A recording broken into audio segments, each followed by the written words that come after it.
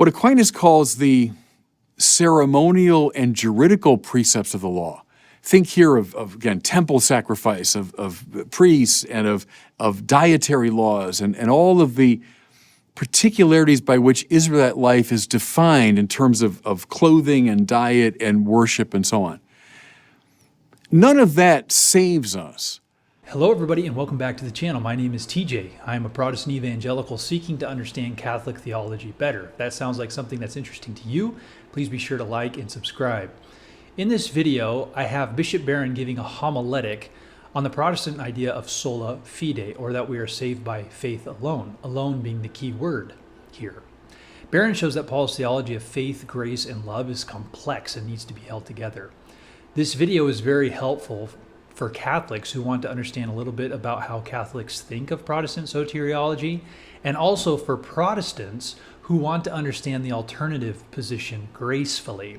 So be sure to stick around and watch the video to the end. I think understanding both sides of the spectrum and how to understand soteriology is really, really important for us going in the future if we want to be united. All right, so let's go ahead and watch together what Bishop Barron has to say, and then afterwards I will have a few comments of clarification with both viewpoints in mind, so that hopefully we can have a unified understanding of soteriology from both viewpoints.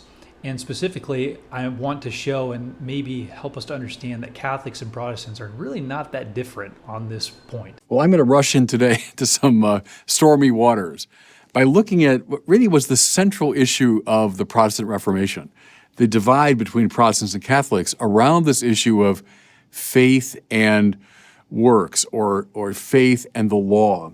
And it's prompted by our second reading. I've not been focusing on Romans. We've been reading from it the last several weeks, but it's Paul's greatest statement of his theology. It's the first theologian of the church, Paul, in his greatest statement of the Christian faith. And it's toward the end of the letter. We're in Romans chapter 13, and here's what he says. Brothers and sisters, owe nothing to anyone except to love one another, for the one who loves another has fulfilled the law. The one who loves another has fulfilled the law. Now let's go back to the beginning of the Protestant Reformation, when Martin Luther famously says what he discovered in Paul and in texts like Romans and Galatians and Ephesians and others, is it seems that we're justified or saved, set right, not by works of the law, but by faith. So Luther says by grace through faith, and he intensifies it by saying, gratia sola, fide sola, by grace alone, by faith alone we're saved, and not by the works of the law. So how come at the end of Romans, the same Paul who said that toward the beginning of Romans, here talks about love as the fulfillment of the law? Well, again, I'm wading into these stormy waters. We've been debating this for 500 years. I have under no illusion that in 12 minutes I'm going to solve this problem. But let me say this now, speaking as a Catholic theologian. Yes, we can find those texts in Paul, indeed, that seem to indicate, we're justified by faith and by grace alone, not by works. However, in the same St. Paul, we find texts such as this one today. We find a text such as, if you have faith enough to move the mountains, but have not love, you're nothing. Well, I don't know about you. To me, that doesn't sound like I'm justified by faith alone. I mean, Paul sings the praises of faith, but I have faith enough to move the mountains, but have not love, I'm nothing. The same Paul talks about working out our salvation with fear and trembling. Well, you'd wonder on purely Protestant grounds, if you've been justified by grace through faith, you've accepted the Lord as your Savior, well, what do you have to work out? And why would you do so with fear and trembling? Wouldn't you have complete, utter confidence that you're saved? Think, too, of a text like Matthew 25, go outside of St. Paul. When the judge at the end of time separates the sheep from the goats, the basis of the separation is not, some had faith and others didn't. Rather, whatsoever you did to the least of my brothers, you did to me. It seems as though something like love is the criterion rather than faith. Now, my point here is not to undermine those texts where Paul talks about the primacy of faith, but it is to complicate the matter is to say the witness of the New Testament is richly complex. How would I get at it? I think something like this. We're justified apart from the works of the law. What does Paul mean by the law? Well, now, Paul's a Jew. He's trained in the great Israelite tradition. He was trained at the feet of Gamaliel. He would have known all about the complexities of Jewish law. He would have known all about temple worship. What Aquinas calls the ceremonial and juridical precepts of the law. Think here of again, temple sacrifice, of priests, and of dietary laws, and all of the particularities by which Israelite life is defined in terms of clothing and diet and worship and so on. None of that saves us. How come? Not because it's bad in itself, but because now it's been caught up into Christ. All of that is now seen as an anticipation of what happened through the cross of Jesus. So we're not saved by those works of the law because Christ in his dying and rising has taken all that up into himself. Read now the letter to the Hebrews for all the details on that point. So it seems to me that's clear in Paul, that he means we're not saved by those works. But how about the moral law of Israel? Well, Aquinas would speak for the mainstream of the Catholic tradition in saying, even though those other laws have been taken up into a higher synthesis, the moral law taught to Israel remains. And it is indeed relevant to our salvation. Now, look at Paul again here in 13 as he goes on. The commandments, you shall not commit adultery, you shall not kill, you shall not steal, you shall not covet, whatever other commandment there may be, are summed up in saying this, you shall love your neighbor as yourself. Notice, please, he's not talking about the ceremonial, dietary, juridical precepts of ancient Israel. We know that those are not relevant now to our salvation. But he's talking indeed about the moral law, which remains. It remains in place. What he's saying here is all of that moral law is summed up in the great commandment to love. Now, let's go back to another Pauline text that Catholic theology has insisted upon. Paul, in fact, never says that we are justified by faith alone. In fact, you want to find the only time that's mentioned in the New Testament is the letter of James, and it's explicitly condemned. What does Paul, in fact, say? What matters, he says, is faith expressing itself in love. What matters is faith expressing itself in love. It seems to me that's the best summary of the complexity of Paul's position. Now, let me put some more meat on the bones. A Protestant might say, well, look, aren't you defending some kind of Pelagianism here, that we're justified by our works, that it's because of our heroic works that we're saved? No. There's no salvation apart from Christ. There's no salvation apart from his grace. I can't earn my way into the love of Christ. Rather, that love, expressed in the cross and the resurrection, that grace, is offered to me as a free gift. It's only by moving into the space of that grace that I can be saved. So no Catholic defends that I can be justified apart from faith. No. The Council of Trent says that faith is the beginning and root of all justification. I can't be justified apart from Christ.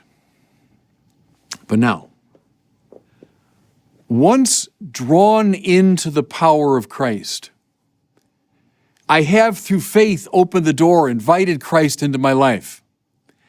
Now, his life is not extrinsic to me, and this again would be a Catholic critique of some forms of Protestantism, that justification remains extrinsic to me. It's a mere forensic declaration of righteousness, not a real righteousness. An imputed righteousness. It's as though I'm saved. The Catholic tradition, following, I think, the complexity of Paul, has insisted, no, justification now, through my cooperation, works its way into the whole of my life.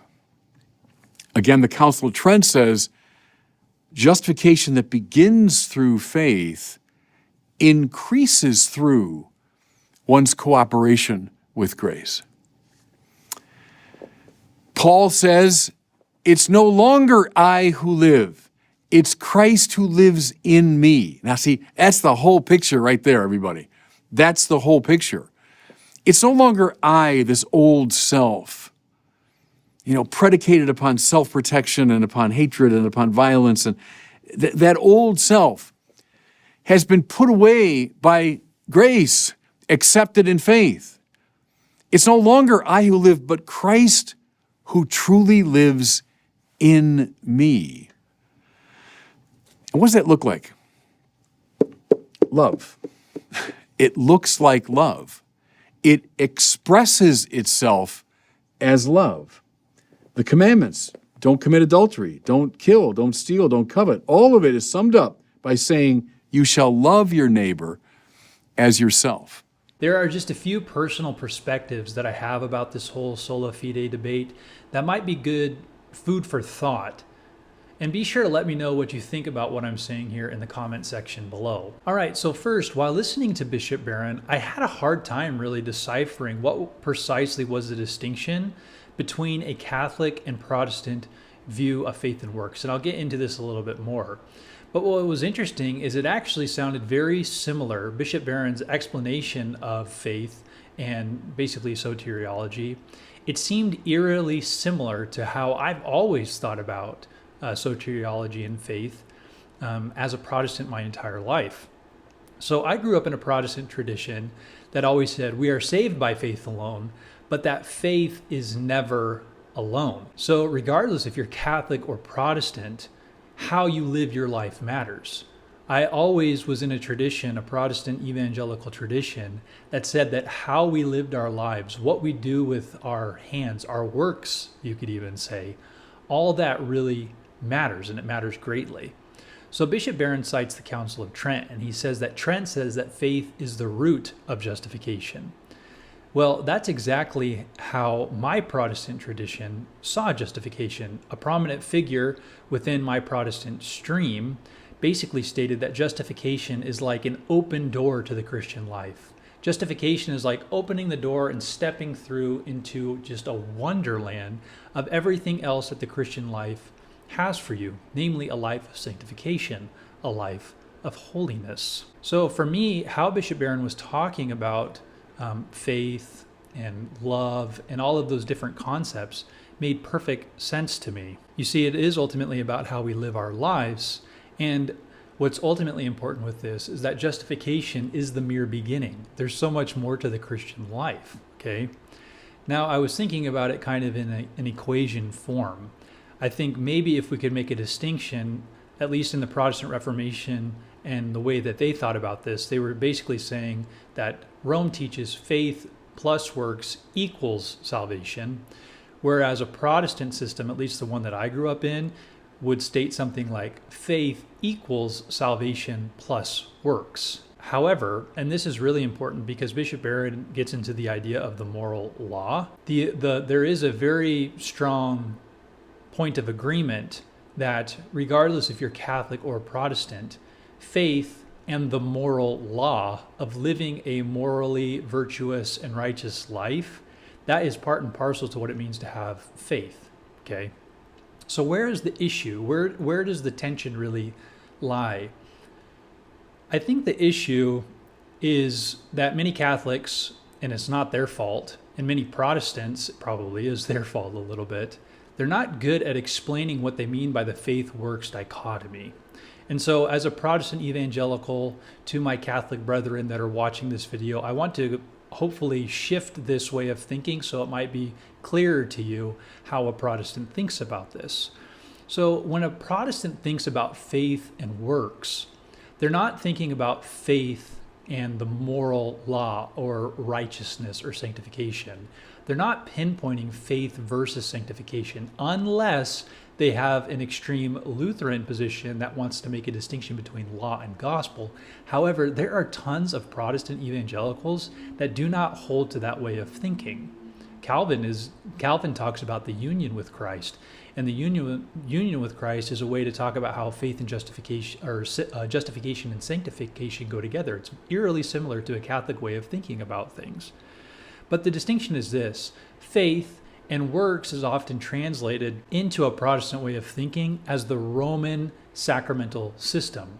So a Protestant, what they're ultimately saying is that faith plus the Roman sacramental system does not equate to salvation, okay?